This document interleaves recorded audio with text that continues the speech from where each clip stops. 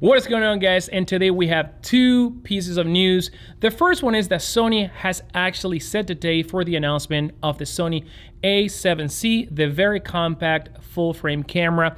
This camera was also said to be called the A5 or A6. Also, Canon has done exactly the same thing. They actually have set a date for the announcement of the very first RF cinema camera, the C70. Let's talk about that coming right up.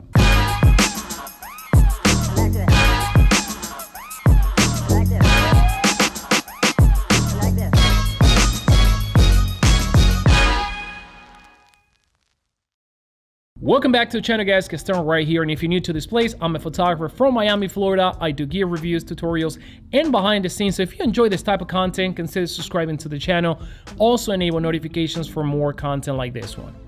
Alrighty, so let's talk about news number one. It's the Sony A7C, and remember, I've been covering all the development about this camera, all the rumors. We started with a camera that was gonna be under $1,000, a camera that was gonna be called the A5 or A6, a camera that was going to compete with the ESRP, the Canon ESRP, but a week or so ago, this camera all of a sudden is not going to be called the A5, it's going to be called the A7C, and the camera is going to cost you more than twice of the price that we actually rumor. This camera is going to be 2,100 euros. I mean, this is just the rumor, the latest rumor.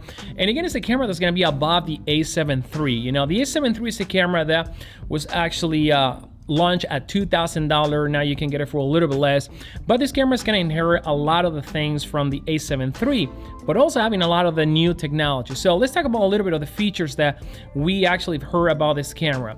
Number one is that this camera is going to feature a body similar to an A6600 or A6000. So we're going to have a smaller body. Now this camera may or may not have an EVF. Remember, this camera is going to be catered to vloggers. So if we have an EVF, chances are that it's going to be like an A6000 on the side, the little EVF, and you know, vloggers don't need EVF.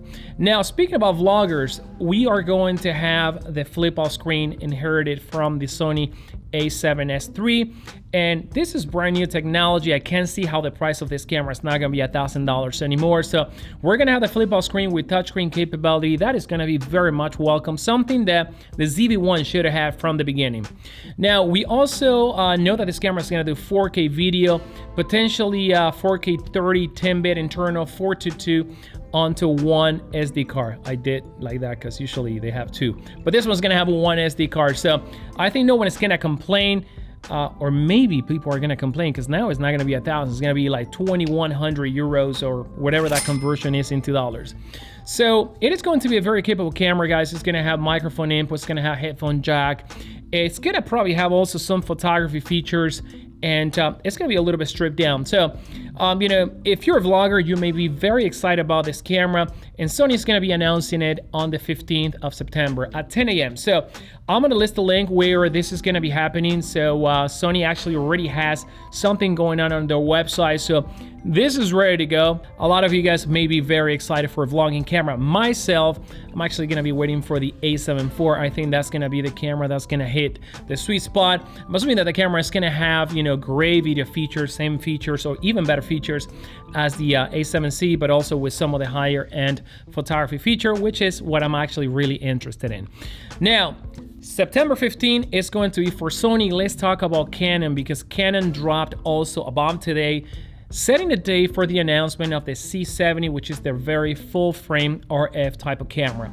Now, I've been covering rumors about a cinema camera since I started covering rumors of the EOS R. Remember back then, I talked about Canon creating a camera like the XE15, very small with an RF mount, and you know, that is going to be great because Canon doesn't have a small cinema camera right now. You know, you have the C200, the C300, the C500, the 700s, but those cameras actually are pretty bulky.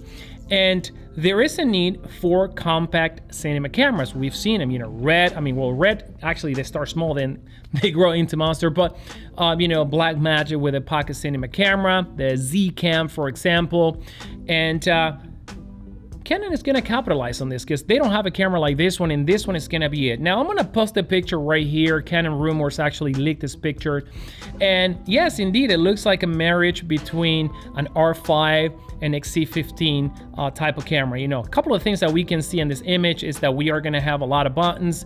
We're gonna have potentially 2 mini XLRs because there are 2 inputs right there. We also see a grill on the side of the camera, which it tells us that this camera is gonna have a fan.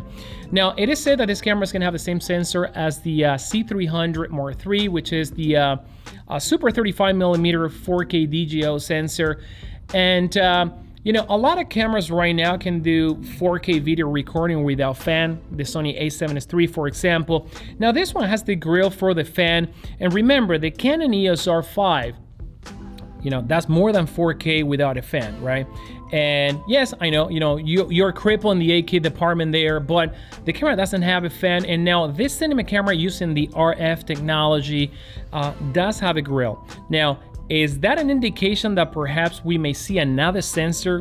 Could this camera actually be full frame rather than being super 35mm? We don't know. But the rumors are talking about, you know, something similar to the C300 capabilities.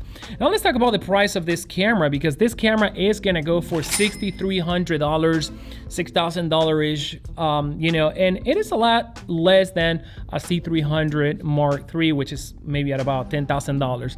And, you know, for a lot of people, this is going to be more than enough. It's going to hit the spot, but will it actually cut it if the camera only does 4K video? I mean, in my opinion, I don't need more than 4K video, but for those looking for the cinema experience, is 4K video enough at $6,300? Or, you know, some people may just opt for a Canon EOS R5. You get full frame, which is going to allow you to actually take advantage of the whole focal length of your lens not being cropped in, and obviously spending less money. Because in the end, yes, it's a cinema camera, but probably it's going to have a lot of the features stripped down, and I'm sure you're going to be able to rig the camera and the whole 9 yard. But you know, it is what it is. In my opinion, 4K, $6,300, I think it's great, but how is this going to compete for with a camera like the A7S III or the Canon EOS R5? That's where I'm actually kind of like thinking maybe the price is not $6,300, maybe it's more in line as $4,500. I mean, I don't know. I have a lot of questions right now, but again, everything that we know about this camera is a rumor. What we know for sure is that Canon is going to be unveiling this camera September 24th. So once again, guys, you know, we have pretty important announcement being announced this month, in 1 month. And chances are that we may hear about Sony also making an official announcement of the FX6. Now, this coincides with the Canon C70 because the FX6, for what I've seen in picture, it looks very similar in size. It's very boxy, much more squared than the FX9, for example. And here it is Canon also introducing something around the same lines. Now, the other piece of information is that this camera is going to have 10-stop ND filters built in. And this is actually a feature that my very first cinema camera must have, because when I shoot outdoor here in Miami, usually it's during the day, changing ND filters, changing lenses, you know, can be actually very tedious. So having that built in is going to be a home run. Now, is it going to be for me the C70? Is it going to be the FX6 if it has also built-in ND filters? I don't know, but great feature to have, guys. So here we have it, guys. Canon and Sony releasing incredible products. They're getting at each other. They're actually one of the busiest companies right now, along with maybe Panasonic or maybe Nikon, I don't know.